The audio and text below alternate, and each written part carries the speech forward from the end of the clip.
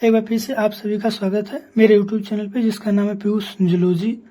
और आज हम बात करने वाले हैं ट्रांसलेशन के नेक्स्ट पार्ट के बारे में। इससे पहले हम लोगों ने ट्रांसलेशन का एक वीडियो देखा था जिसमें हम लोगों ने mRNA और जेनेटिक कोड के बारे में बात किया था। अगर आपने उस वीडियो को नहीं देखा है तो आप आई बटन पर जाकर उसे देख सकते हैं। और आज की इस वीडियो में हम लोग बात करेंगे tRNA और rRNA के बारे में। इसके नेक्स्ट वीडियो में हम लोग ट्रांसलेशन के प्रोसेस को देखेंगे, यानी कि इनिशिएशन, इलॉन्गेशन और टर्मिनेशन कैसे होता है।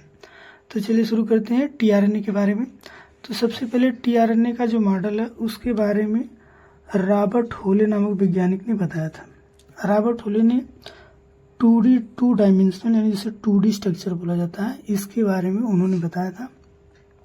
और उस मॉडल को नाम दिया गया था क्लोवर लीफ मॉडल।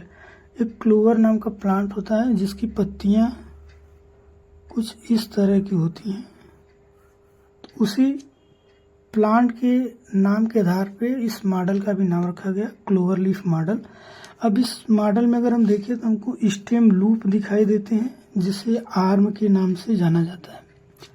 अब इसमें हमको कुछ 4 आर्म देखने को मिलते हैं। सबसे पहले एक्सेप्टर आर्म होता है, एक डाई हाइड्रोयूरिडीन आर्म होता है जिसको DHU आर्म के नाम से जानते हैं, एक आर्म होता है एंटीकोडान लूप होता है, और तीसरा होता है स्यूडो यूरिडीन जिसको T-C लूप के नाम से जानते हैं। अब अगर हम स्ट्रक्चर में देखें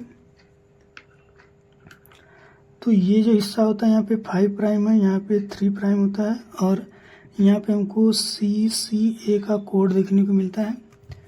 इस आर्म को हम लोग बोलते हैं एक्सेप्टर आर्म।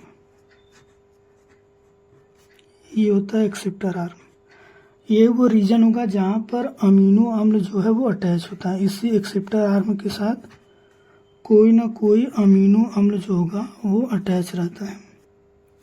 ठीक है, इसके बाद अगर हम आगे देखें तो अब हमारा जो ये वाला लूप है इसे हम लोग बोलते हैं DHU आर्म। DHU का पूरा नाम यहाँ पे हम लोग लिखा था डाई हाइड्रोयूरिडीन। अब इस आर्म के बाद अगर हम यहाँ पे आ जाए तो ये हमारा है एंटीकोडान आर्म। इसे हम लोग बोलते हैं एंटीकोडान लूप। अब एंटीकोडान का मतलब क्या होता है, जैसा कि जब हम लोग mRNA को पढ़ रहे थे तो हमने देखा कि जो mRNA होते हैं उस पे ढेर सारे कोड लगे होते हैं। जैसे मान लीजिए कि यहाँ पे U T तो रहता नहीं RNA में। ऐसे मान लीजिए कोई कोड है, ये कोड है, कोडान हो गया। अब tRNA के पास एंटीकोडान का मतलब है कि A के साथ U जुड़ता है, C के साथ G जुड़ता है, U के साथ A जुड़ता है, तो इसे हम लोग बोलेंगे एंटीकोडान। कोडान जो होता है वो mRNA पर होता है, और जो एंटीकोडान होता है वो आपको tRNA पर देखने को मिल जाएगा। अब यहाँ पर हमको एक वेरिएबल लूप देखने को मिलता है। इस वेरिएबल लूप के आधार पे हमारा जो tRNA होता है उसकी 2 क्लास होती है, tRNA क्लास 1 और tRNA क्लास 2। tRNA क्लास 1 का मतलब होता है कि इसमें हमको ये जो वेरिएबल लूप है ये हमको देखने को नहीं मिलेगा। यानी कि अगर tRNA की बात करें क्लास 1 की तो इसमें हमको ये जो वेरिएबल लूप होता है, वेरिएबल लूप, ये हमें देखने को नहीं मिलेगा। और वही जो क्लास 2 होगा उसमें हमें वेरिएबल लूप देखने को मिलेगा। तो यहाँ पे जो चित्र में हम लोगों ने वेरिएबल लूप दिखाया है तो इसका मतलब ये है क्लास 2 प्रकार का tRNA। अब अगर हम इस आर्म की बात करें तो इसे हम लोग बोलते हैं T-C लूप, या इसको बोला जाता है स्यूडो यूरिडीन।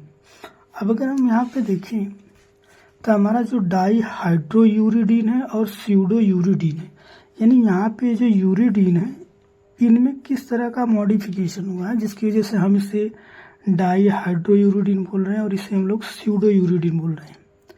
तो चलिए इसे देखते हैं कि ऐसा क्या है इसमें। तो चलिए देखते हैं। तो ये हमारा एक नॉर्मल यूरिडीन का स्ट्रक्चर है, यानी कि ये आपका पेंटोस शुगर है और यहाँ पे नाइट्रोजनी बेस का एक भाग होता है जो कि इसके पहले कार्बन के साथ इसका पहला कार्बन और इसका पहला कार्बन के बीच में जुड़ा होता है। ठीक है, अब डाईहाइड्रोयूरिडीन में अगर हम देखें तो सारी चीज़ें सेम होती हैं, लेकिन जो यहाँ पे 5वें और 6ठे नंबर का कार्बन होता है, यहाँ पर एक्स्ट्रा H ग्रुप जो है वो H हाइड्रोजन जो है यहाँ पे ऐड रहता है दोनों जगह पे। यहाँ पर भी H है, यहाँ पर भी है, तो 2 है, तो डाई हाइड्रोयूरिडीन। यहाँ पे 2 हाइड्रोजन ऐड होते हैं, इसलिए इसको नाम दिया गया है डाई हाइड्रोयूरिडीन। ठीक है। अब अगर इसकी बात करें हम लोग स्यूडोयूरिडीन की, तो इस शुगर और बेस पेयर का जो बीच का बॉन्ड होता है वो हमेशा 1 और 1 के बीच में है, लेकिन अगर यहाँ पर हम देखिए तो यहाँ पर ये 5 और 1 के बीच में है। अब 5 होने की वजह से पूरा का स्ट्रक्चर जो है वो उल्टा हो गया, बदल गया। ठीक है।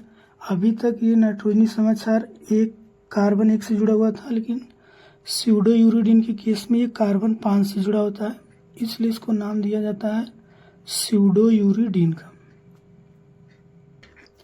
तो अब हम बात करते हैं आरआरएनए यानी कि राइबोसोमल आरएनए के बारे में, जिसका मतलब हम लोग क्या इसमें दिखते हैं, राइबोज और राइबोन्यूक्लियोप्रोटीन। अब हमारा जो राइबोज होता है वो 2 प्रकार का होता है, एक 70S होता है, एक 80S होता है।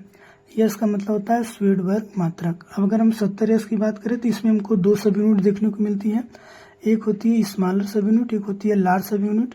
स्मॉलर सब यूनिट जो होती है वो 30S की होती है और जो लार्ज सब यूनिट है वो 50S की होती है। अब जो 30S होता है इसमें हमको आर प्रोटीन और 16S आरएनए यानी स्मॉल आरएनए देखने को मिलता है। उसी तरह जो 50S है इसमें हमको आर प्रोटीन और 23S protein and 5S RNA देखने को मिलता है। अब अगर यहाँ पे देखें हम लोग 80S राइबोसोम में, तो इसकी स्मॉलर सब यूनिट 40S की होती है और इसकी लार्ज सब यूनिट 60S की होती है। इसमें भी आपको आर प्रोटीन और 18S आरएनए, और इसमें आपको आर प्रोटीन और 18S और 5.8S आरएनए यानी स्मॉल न्यूक्लियर आरएनए देखने को मिलता है। स्ट्रक्चर की बात करें तो हमें कुछ इस तरह से दिखाई देता है। जब हम लोग प्रोटीन संश्लेषण की प्रक्रिया पढ़ेंगे तो हमारा जो mRNA है इसके ऊपर सबसे पहले स्मॉलर सब यूनिट आके जुड़ती है। इस स्मॉलर सब यूनिट में आपको 4 रीजन देखने को मिलते हैं। एक होता है mRNA बाइंडिंग स्थल, बाइंडिंग प्लेस, या फिर 2 और 3 रीजन और है जिसमें A, P और E के नाम से जानते हैं। E का मतलब होता है एक्सेप्टर आर्म, P का मतलब होता है पेप्टाइड, E का मतलब होता है एग्जिट। इस छोटे सब यूनिट के साथ बाद में बड़ी सब यूनिट आके जुड़ जाती है, इसको हम लोग राइबोसोमल कॉम्प्लेक्स के नाम से जानते हैं। ये जो एक्सेप्टर आर्म होता है इसका काम होता है बारी बारी से tRNA को रिसीव करना। पेप्टाइड बांड, यहाँ पे पेप्टाइड बांड का फॉर्मेशन होता है अमीनो अम्ल के बीच में, और एग्जिट यानी ई से एग्जिट होता है, तो यहाँ से जो tRNA होगा जिसका अमीनो अम्ल यहाँ से निकल गया होगा वो tRNA यहाँ से बाहर हो जाएंगे। तो ये था आज का वीडियो जिसमें हम लोगों ने बात की tRNA और rRNA के बारे में। नेक्स्ट वीडियो हम लोग प्रोटीन संश्लेषण के प्रोसेस के बारे में देखेंगे, यानी कि इनिशिएशन, इलॉन्गेशन और टर्मिनेशन के बारे में जानेंगे।